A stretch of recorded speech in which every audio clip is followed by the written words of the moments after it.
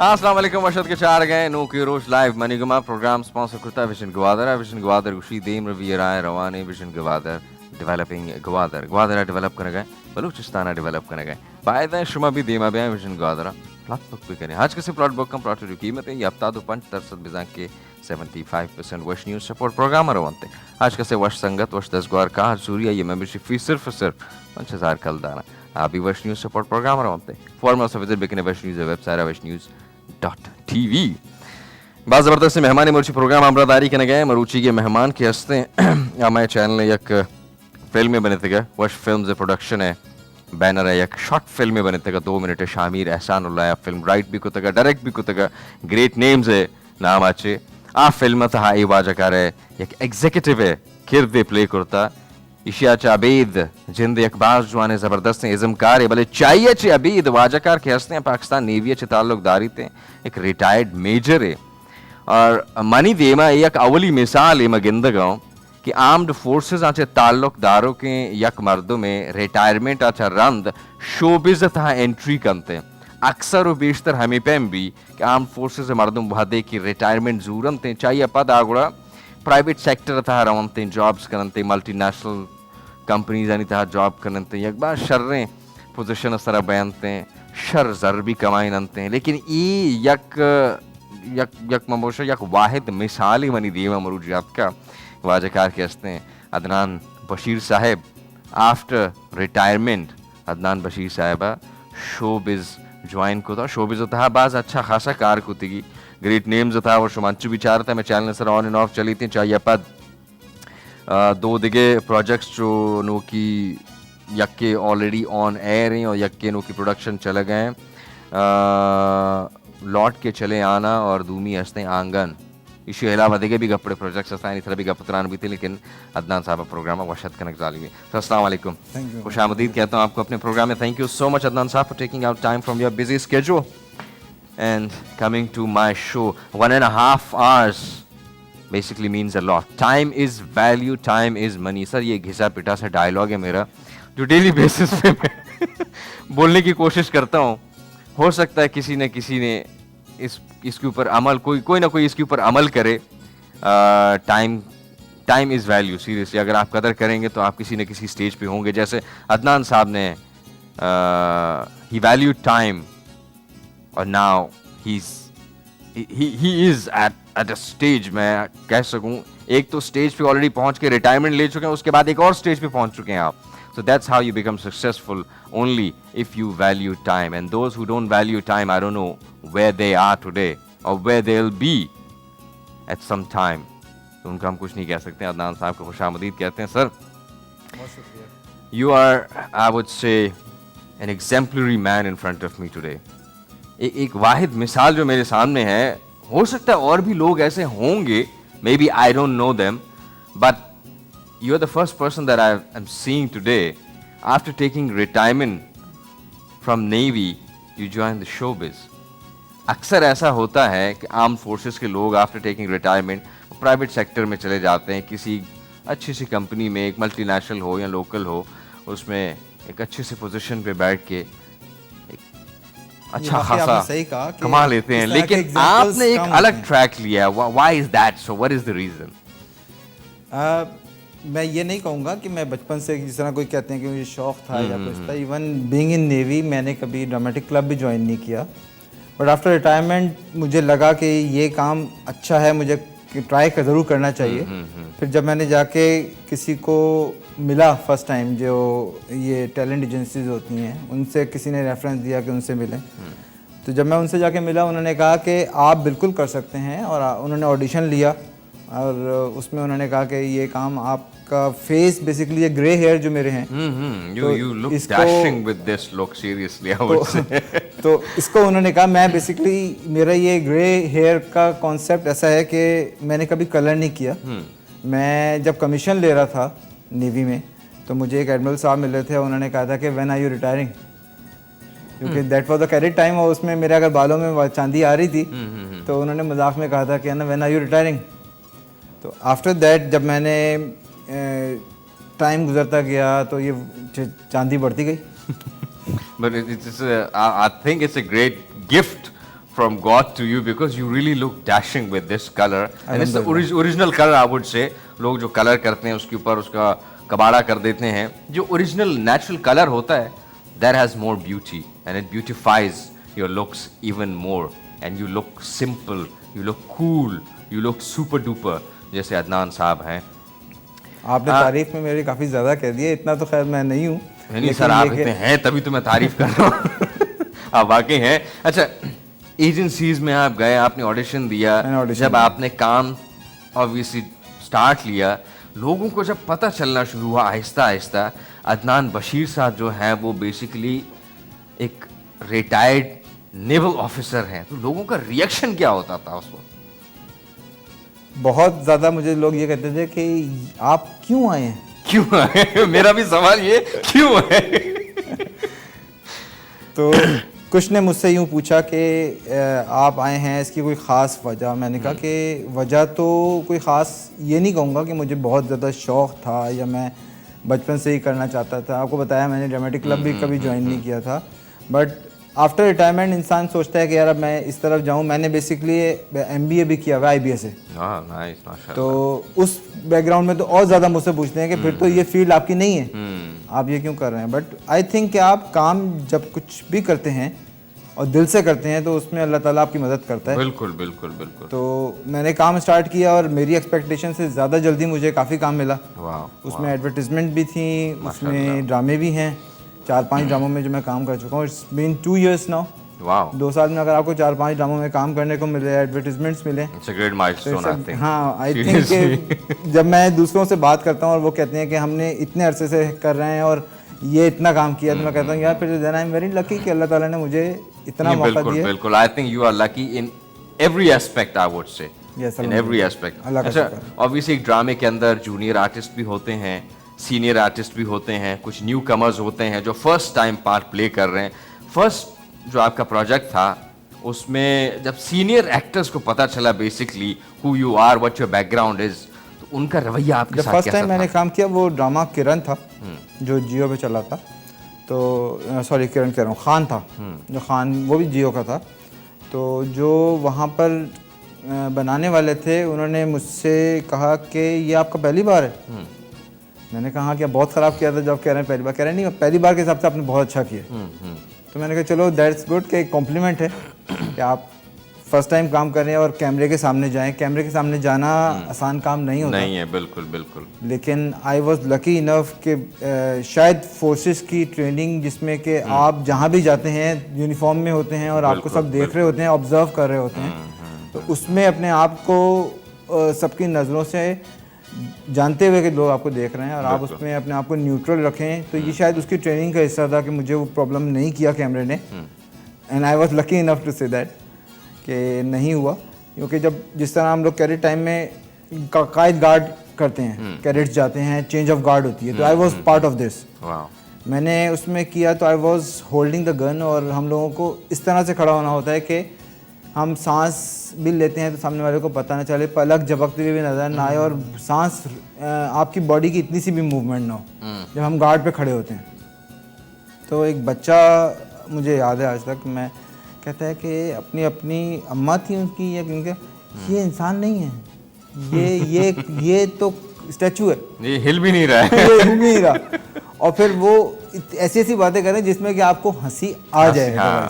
लेकिन आप तो हंस भी नहीं सकते, पलक झपका भी नहीं सकते, उसको इशारे से भी नहीं कह सकते कि भाई जाओ या नहीं करो, ये शरारतें नहीं करो. बहुत मुश्किल होता होगा ऐसे वक्त में, सीरियसली. और ऐसे वक्त में आप खड़े हुए हैं और वो काफी देर उस बच्चे ने बोला. तो अपने आप को ये इस पोजीशन में रखना कि आप बिल्कुल नहीं मूव करें, बड़ा मुश्किल काम था. बहुत ये वो चीजें हैं जिनको आपने ट्रेनिंग के हिस्से में आपने दिया. फिर 20 साल से ज़्यादा की सर्विस जो की, तो उसमें आपने ये सब चीज़ें फेस की हैं. सामने वाला आपको ऑब्जर्व बहुत करता है, कहीं भी जाते हैं यूनिफॉर्म में तो आपको देख रहे होते हैं और एक लिहाज से आपको इस तरह से देख रहे होते हैं कि आप कोई सुपर एलीट क्लास, आप ऐसा लगता है कि आप एलियन है, पता नहीं किसी और दुनिया से आए हुए हैं, टोटली डिफरेंट नजर आ रहे होते हैं. तो ऑब्वियसली इतने रिगरस ट्रेनिंग के बाद जब शोबिज में आएंगे, शोबिज बहुत ही फ्लेक्सिबल है, आप खुद जानते हैं. कैमरे के सामने जब आप होते हैं तो आपकी मूवमेंट्स और ये और फिलाना, you are on your own basically, new world. हाँ, तो you can do anything that you wish that you want to, जिस तरह आप, अब वो डिपेंड करता है उस एक्टर के ऊपर कि वो बिजनेस करने में कितना माहिर है। कैमरे के सामने बिजनेस करने में बहुत कम एक्टर्स होते हैं जो वाकई जानते हैं कि बिजनेस कैसे किया जाता है, टाइम कैसे बाय किया जाता है कैमरे के सामने। अक्सर लोग आए, डायलॉग बोला, बड़बड़ बड़बड़ बड़बड़ करके निकल दिए। एंड आई फील कि आई वाज लकी इनफ कि मैंने कोई ट्रेनिंग तो नहीं ली, लेकिन उसके बावजूद मुझे मौका मिला और मैं कर रहा हूँ। बट आई थिंक कि इट्स समथिंग जो कि वाकई ट्रेनिंग की ज़रूरत होती है, इजी नहीं है। डू यू थिंक कि एक्टर्स को ट्रेनिंग लेनी चाहिए? यस, 100%। अच्छा, यहाँ पर अनफॉर्चुनेटली हमारे यहाँ कोई इंस्टीट्यूट ऐसा नहीं है। अब तो कुछ बन रहे हैं जिनमें काम हो कुछ रहा है इंस्टीट्यूट, लेकिन वहां पर just I think theatre, stage place करवाते हैं, नॉट स्क्रीन एक्टिंग। या उतना ज़्यादा नहीं, लेकिन उस पर भी काम हो रहा है। कुछ हैं टैलेंट एजेंसीज जो अपनी मेहनत से वो कर रही हैं, काम हो रहा है। और कराची यूनिवर्सिटी में मैंने देखा कि वहाँ पर भी काम हो रहा है इसके ऊपर, मीडिया स्ट्रेटजी। तो वो they are also giving good training. तो होपफुली आगे जाके we will be having much better actors than कि मैं अपने आप को कुछ कह सकता। I think because seriously I have also wanted कि यहाँ पर एक प्रॉपर इंस्टीट्यूट या एक यूनिवर्सिटी लेवल का एक इंस्टीट्यूट हो जहाँ से आप एक डिग्री लेके निकले, because this is also profession, you have to be qualified, you have to be qualified. लेकिन यहाँ इस खित्ते में, आई डोंट नो अदनान साहब, आप शोबिज में इन हैं पिछले 2 साल से, आप मुझसे बेहतर जानते होंगे बिकॉज आप प्लेस में काम कर रहे हैं, मैं एक प्रोग्राम होस्ट कर रहा हूँ, तो कुछ डिफरेंस ज़रूर है एक प्रोग्राम होस्ट करने में और टीवी के लिए एक्टिंग करने में। यहाँ के जो हमारे एक्टर्स हैं, सीनियर एक्टर, मैं उनका नाम तो नहीं लेना चाहूँगा, but according to them acting is a gift from God. आप सीख नहीं सकते, एक्टिंग जो है वो बचपन ही से आपके अंदर एक स्पार्क होता है, आप जब बड़े होते हैं तो वो फिर उभर के सामने आता है। Do you think is it so?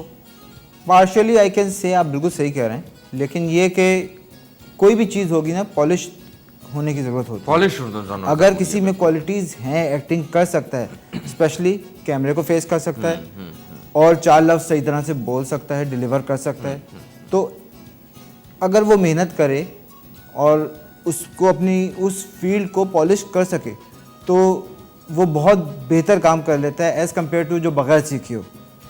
कोई ये बात कहना कि वो सीख ही नहीं सकता, ये भी गलत है। और अगर कोई इंसान इनिशियली बगैर ट्रेनिंग के भी परफॉर्म कर रहा है, बुरा नहीं कर रहा, तब भी उसको अपने आप को बेहतर करने के लिए बहुत ज़्यादा ज़रूरत है कि वो ट्रेनिंग ले, ताकि वो बाकियों में एक्सेप्शनल नज़र आए। बिल्कुल, जो ट्रेनिंग किया हुआ आता है उसमें और एक जो नॉन ट्रेंड आता है जिसने कोई स्टडी नहीं की, उसमें बड़ा फ़र्क है। फ़र्क ज़रूर होता है। कॉन्फिडेंस लेवल बड़ा फ़र्क हाँ, कॉन्फिडेंस लेवल में बिल्कुल डिफरेंस होता है। एक बहुत ही अच्छा सा, प्यारा सा, खूबसूरत सा सवाल मेरे जहन में है।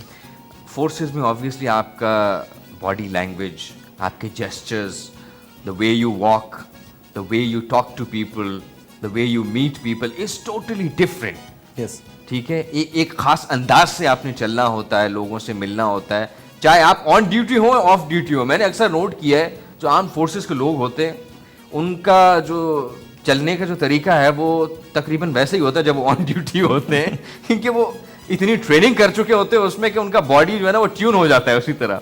बट शोबिज ऑब्वियसली टोटली एक डिफरेंट चीज़ है। यहाँ पर आपने फ्लेक्सिबल होना होता है। स्क्रीन के सामने आप आए तो खुल के शाहरुख खान बन के आप हाथ फैला के मोहब्बत का इजहार करते हैं। The first project you did, इतना बड़ा चेंज खुद के अंदर लाना, कैसे लेके आए आप ये change? How you did that? मेरे ख्याल से अल्लाह की मदद है कि मैं उसको कर सका। अदरवाइज ऐसा ही है, काफ़ी डिफरेंट है, लेकिन ये कि अडेप्टेबिलिटी की ज़रूरत होती है आपको। एक नए अगर जब सिनेरियो में आप जाते हैं, बीइंग इन फोर्सेस, हम लोगों की ट्रेनिंग में बहुत सारी चीज़ें ऐसी शामिल होती हैं कि जिसमें हमें डिफरेंट सिनेरियोज में अपने आप को मोल्ड करना पड़ता है। जब मैं नेवी में गया फर्स्ट टाइम, तो मैं 4 फुट स्विमिंग पूल में भी गिर गया था, डूब गया तो नहीं था, मतलब यह कि स्लिप कर गया था। तो उस वक्त हमें स्विमिंग नहीं आती, बट हमें स्विमिंग इस तरह से फिर सिखाई जाती है कि आपने उसको जो तैर के और फिर उसके बाद फ्लोटिंग करते हुए अपना यूनिफॉर्म भी फेंकना है, और पूरी एक ड्रिल होती है उसकी जो कि स्पेशल स्विमिंग टेस्ट कराता है SST। तो हमने वो क्लियर किया। वो एक सिविल लाइफ से जिस तरह फर्स्ट टाइम आए होते हैं, तो वो भी एक बहुत डिफरेंट होता है। ये तो है। जब वो आपने एक जगह पे अपना को मोल्ड किया होता है, तो इनिशियली हम सब कहते थे कि यार हमें इतना पनिशमेंट क्यों दी जा रही है, इतना ज़्यादा सख्ती क्यों की जा रही है, मगर जब विद द टाइम हम उसमें गुजरते गए और फिर हम उस लेवल पे आए कि जिसमें हम किसी को पनिशमेंट करते थे या हम ट्रेनिंग देते थे अकेडमीज़ में, तो हमें ये फील होता था कि यार ये जो कुछ भी हम लोग करते, हमारे साथ होता रहा या हम करते रहे और अब हम दे रहे हैं, तो तब रीज़न समझ आई कि यार आप एक पर्सनालिटी को जब तक मोल्ड नहीं करेंगे उस रिक्वायरमेंट के कि जिसमें कि हमने जंग में जाना है, बिल्कुल, बिल्कुल, और उसमें सामने भी तो ह्यूमंस है ना, किसी भी कंट्री के हों, कोई किसी का इंडिविजुअल का दुश्मन नहीं होता, वो कंट्री के लिए आप कर रहे होते हैं। जो जब आप जाते हैं तो वहाँ पर अगर आपको ऑर्डर मिलता है कि आपने फायर करना है तो आपने फायर करना है, there is no way you can say no, नहीं, ऑब्वियसली यू कांट क्वेश्चन। जो हमारी ट्रेनिंग का पहले बात थी, the senior is always right and if the senior is wrong follow the rule number 1, तो वो तो he's always right, whether he's right or wrong, but he's right, he's always right। तो वो वाला एक ट्रेनिंग का पार्ट होता है कि जिसमें आपने क्वेश्चन नहीं करना और आपने उसको इंस्ट्रक्शंस को at the time of war आपने उस पर क्वेश्चन रेज किए बगैर एक्शन लेना है। After taking action you can raise question, this is how we are trained, but you have to follow. उस टाइम पर आप क्वेश्चन नहीं करते because you are just following the instructions. You are just following the instructions. Obviously I think अता सब serious बातें कुछ ज्यादा ही कर रहे हैं, हम शोबिस की तरफ भी आ जाता है यार, कुछ अच्छी प्यार मोहब्बत की बातें भी हो। सर पिछले 2 साल से आप इंडस्ट्री में हैं, माशाल्लाह काम कर रहे हैं, आप तक काफ़ी सारे कैरेक्टर्स आप कर चुके होंगे, लेकिन फिर भी हर इंसान का अपना एक दिली ख्वाहिश होता है, उनको चाहे वो एक्टर हो या एक नॉर्मल बंदा हो, हर किसी की ख्वाहिश होती है यार मैं फ़िलाने बंदे की तरह बनूं या उसकी तरह दिखूं, या वो फ़िलाना बिजनेसमैन है मैं उसकी तरह गेटअप करूं। तो आपको किस तरह के कैरेक्टर्स निभाना पसंद है, किस तरह के कैरेक्टर्स आप करना पसंद करते हैं? मेरी पर्सनालिटी को जो अभी तक जो मैंने कैरेक्टर्स किए हैं उसमें जो सूट करता है वो एग्जेक्टिव्स के उसमें मिलता है, मुझे फादर का रोल मिलता है, एक आध मतलब दादा ही बनाऊँ। अच्छा दादा That's because of the grey hair, I guess। या तो उसमें मुझे लोगों ने कहा कि इतना, तो मैंने कहा यार जो चूज कर रहा है, जिसने कास्टिंग किया है, he is the better person to जज कि यार मुझे वो उस रोल में ले रहा है। बाकी वो मेकअप से थोड़ा सा एज भी बढ़ा देते हैं। हाँ, because otherwise you will be a really young दादा, I think, if you play a दादा character। हाँ, तो मुझे किसी ने फिर मशवरा दिया कि आप बाल काले कर लो। अच्छा। मैंने कहा यार जिस तरह मैं जब शादी मेरी होने का टाइम आया था तो मुझे लोगों ने कहा था कि चलो तुमने नेवी में अपनी ट्रेनिंग के दौरान तो नहीं किया, लेकिन अब शादी का टाइम आ गया, अब तुम काले ज़रूर करोगे। तो मेरे फादर इन लॉ जो हैं उनके भी ग्रे हेयर थे और मेरे उनसे हमेशा ज़्यादा ग्रे हेयर रहे हैं। अच्छा कंपटीशन में आप हमेशा आगे रहे। तो मेरी मदर ने कहा था मेरे ससुर को कि आप, क्योंकि मेरी अरेंज मैरिज थी, अच्छा, तो मेरे फादर इन लॉ को कहा था देखें आपका ये जो दामाद होगा ये आपसे बड़ा लगता है। तो उन्होंने कहा था नहीं वो तो चेहरे से पता चलता है कितना। ऑब्वियसली फेशियल लुक्स डिफरेंशिएट करते हैं। बाल तो आजकल छोटे छोटे बच्चों के बाल भी बिकॉज ऑफ मेडिकेशन सफेद हो जाते हैं, बहुत जल्दी। बहुत से फैक्टर्स हैं। बाल सफेद होने का मतलब ये नहीं है कि बंदा इंसान मगर ये बूढ़ा हो मेरी गया। फैमिली में था, मेरी फैमिली में था। ऐसा होता है, हेरिडिटी मेरा भी एक होता है। ट्विन ब्रदर है, ट्विन ब्रदर है, और वो भी अनवर मकसूद साहब की तरह बाल सफेद, बिल्कुल बिल्कुल सफेद। मेरे तो कुछ बालों में काला नजर भी आ जाती है, उनके माशाल्लाह है। मेडिकल कंडीशंस भी हैं, लेकिन लोग अब जाने इस चीज को ना, अब लोग बस सफेद बाल ग्रे बाल जहाँ देख के बस बोलते हैं बस ये बंदा बूढ़ा हो गया, इसका जो है ना टाइम बहुत ही कम रह गया। सर आपने वश फिल्म्स के बैनर तले एक शॉर्ट फिल्म बनी है, उसमें भी आपने एक एग्जीक्यूटिव का कैरेक्टर प्ले किया है। अब शॉर्ट फिल्म ऑब्वियसली जब नाम ही शॉर्ट है तो वो बहुत ही शॉर्ट होता है, उसमें कैरेक्टर भी बहुत शॉर्ट उनको टाइम दिया जाता है, कुछ चंद सेकंड्स का टाइम उनको दिया जाता है, डायलॉग्स भी उनके कम होते हैं, बट बहुत प्रोफेशनल तरीके से आप लोगों का वो शूट हुआ था जो मैंने visit no doubt. Shamir Ehsanullah is a great film maker, I would say, जिस तरह से उन्होंने वो फिल्म, उनकी खास तौर पे मुझे ये वाली बात लगी कि वो कॉम्प्रोमाइज नहीं करते, वो हर चीज को बिल्कुल परफेक्शन के साथ चाहते हैं। तो ये एक बहुत जरूरी चीज होती है एक डायरेक्टर के लिए। हाँ ऑब्वियसली तो वो जिसमें जिस तरह कहते हैं ना जेर जबर की गलती ना हो, तो वो चाहते हैं, वो चाहते हैं। एग्जैक्टली ऐसा ही होता है। ऑब्वियसली अगर आप कुछ अच्छी चीज बनाना चाहते हैं उसके लिए फिर मेहनत भी वैसे ही करनी पड़ती है आपको। तो शॉर्ट, ये पहला शॉर्ट फिल्म था जिसमें आपने काम किया, इससे पहले भी शॉर्ट फिल्म में काम करते? नहीं, ड्रामा में किया था, एक मूवी के लिए भी मैंने कुछ काम किया था, लेकिन शॉर्ट फिल्म पहली थी। शॉर्ट फिल्म पहली थी ना, तो ऑब्वियसली शॉर्ट फिल्म एक टोटली डिफरेंट सिनेरियो होता है। जैसे मैंने कहा टाइम बहुत कम होता है, चंद कुछ डायलॉग्स होते हैं, और वो चंद एक डायलॉग्स में ही आपने ऑडियंस को मुतासिर करना है कि भी मेरा भी एक कैरेक्टर है। आपने वैसे मूवी देखी है, शॉर्ट फिल्म देखी नहीं देखी अब तक? मैं भी देखी नहीं। देखी नहीं है ना? मैंने देखी है, मुझे पता है आपका जो एग्जीक्यूटिव का कैरेक्टर है, वो जो 2 डायलॉग सिर्फ आप बोलते हैं कि सर ये डिसीजन मैडम खदीजा के कहने पे लिया गया था, दैट डायलॉग, वो इतना उसके अंदर पंच, इतना पावर होता है, क्योंकि आपके डायलॉग के बाद खदीजा के जो फेशियल एक्सप्रेशंस होते हैं, दैट सिग्निफाइज कि आपके डायलॉग में कितना पावर है। आप अगर खुद देखें तो समझ जाएंगे, बट स्टिल आप चूंकि शूट में थे तो मुझे बेहतर बता सकते हैं कि आपको खुद को ये चंद, मेरे ख्याल से कोई 2, 3, 4 सेकंड का जो स्पेस आपको स्क्रीन में मिला था और 2 डायलॉग थे, how different was it then working for a long play और सीरियल? जब भी आप किसी अच्छे डायरेक्टर के साथ काम करते हैं आपको ज़्यादा मज़ा आता है, जो कि अपने काम को इतना सीरियस लेता है और अपने काम को जिसे कहते हैं इबादत समझ के काम करता है। काम तो बहुत सारे लोग कर रहे हैं और अच्छे ही काम कर रहे हैं, हमारी ऐसी बात नहीं है, स्पेशली जब वो उस किस्म की ट्रेनिंग के बगैर आए हैं एंड देन इस तरह से बिहेव कर रहे हैं कि वो प्रोफेशनली काम कर रहे हैं। तो इट्स नॉट कि एक कोई कर रहा है, किसी एक का नाम मैं शॉर्ट लिस्ट नहीं कर सकता। बहुत अच्छे अच्छे डायरेक्टर्स और बहुत अच्छे एक्टर्स हैं, तो हम तो बेसिकली जो सीनियर्स हैं उनसे सीख के ही काम कर रहे हैं। जब वो काम करते हैं तो बहुत सारे, जिस तरह अभी लौट के चले आना में जो मैं काम कर रहा हूँ, तो मेरे साथ जो को एक्टर मेरी वाइफ उसमें बनी हुई हैं, तो उन्होंने मुझे काफ़ी, तारा महमूद नाम है उनका, उन्होंने काफ़ी मुझे पॉइंट्स दिए कि आप ये इसको ज़रा सा ये चेंज करिए, क्योंकि she is much senior to me in this field. तो उन्होंने काम मुझे काफ़ी कुछ बताया। आपको हमेशा सीखने को मिलता है, whenever you are doing, आपको कोई ना कोई मशवरा ऐसा मिलता है, और ख़ास तौर पे जिन्होंने आपसे पहले काम किया होता है वो आपको अच्छा ही मशवरा देते हैं। बिल्कुल बिल्कुल, नहीं अच्छे लोग भी हैं इस इंडस्ट्री में, ऐसा नहीं है कि अच्छे लोग नहीं हैं। अक्सर लोगों का एक ओपिनियन के शोबिज़ के अंदर जो लोग होते हैं, स्पेशली एक्टर्स जो होते हैं, वो आउट ऑफ जेलिसी एक दूसरे की मदद नहीं करते हैं या हेल्प नहीं करते हैं या एक दूसरे को टिप्स नहीं देते हैं, ऐसा नहीं है। गैस जो लोग सेट्स पे मौजूद होते हैं उन्हीं को पता होता है कि सेट के ऊपर क्या एनवायरनमेंट या क्या माहौल। बहुत सारी बातें वो गॉसिप्स में आती हैं और वो रियलिटी से बहुत दूर होती हैं। बिल्कुल बिल्कुल। और आपके इससे एक्सपीरियंस मैं आप अपना शेयर करूं, एक ड्रामे में मैं काम कर रहा था, तो मेरे साथ को एक्टर थी, मेरी वाइफ बनी हुई थी उसमें, तो उन्होंने मुझसे बाद में कहा कि अदनान आप बताएं कि हम लोग जो ये काम कर रहे हैं ठीक कर रहे हैं। मैंने कहा मुझसे क्यों पूछ रही हैं? कहती थी क्योंकि आप कुरान पढ़ते हैं, आपने कुरान के ऊपर बात करते हैं, तो मैं आपसे उस पर्सपेक्टिव। मैंने कहा कि नहीं, अगर मैं बुरा समझता तो मैं खुद भी ना करता पहली चीज़। दूसरा, मैं क्या चीज़ हूँ? मैं तो कुछ भी नहीं हूँ। आपने अगर यू थिंक कि काम बुरा है तो मत करें। अगर काम आप समझती हैं कि आप कर रही हैं और रिलीजियसली आप अपना उसमें पूरी एफर्ट लगा रही हैं, तो फिर आपको परेशान, क्योंकि अल्लाह को जवाब देना है। बिल्कुल बिल्कुल। तो इट्स समथिंग जो कि मैं ये समझता हूँ कि जब तक मैं इस फील्ड में नहीं आया था मुझे नहीं पता था कि यहाँ पे कितने अच्छे लोग हैं जिनके बारे में बहुत कुछ हम सुनते हैं। बिल्कुल कई मतलब बस उसके बाद बात भी होती है, लेकिन ऐसा कुछ नहीं है। बहुत अच्छी हमारी इंडस्ट्री है और बहुत ज़्यादा प्रोफेशनल लोग हैं, बहुत अच्छी तरह से जो है ना वो एक दूसरे का ख्याल करते हैं। बिल्कुल ख्याल बहुत रखते हैं। शोबिज़ इतना भी बुरा नहीं है जितना आम लोग समझते हैं, या उनके जहन में एक परसेप्शन है या एक ओपिनियन है कि शोबिज़ में अच्छे लोग नहीं होते हैं। ऐसा बिल्कुल नहीं है। अच्छे बुरे लोग हर फील्ड में आपको मिलेंगे, चाहे आप किसी भी प्रोफेशन को लेके देख लें। मैं कहूँगा कि इस दुनिया में सबसे नोबल प्रोफेशन है डॉक्टर्स का। डॉक्टर्स को लाइफ सेवर कहा जाता है।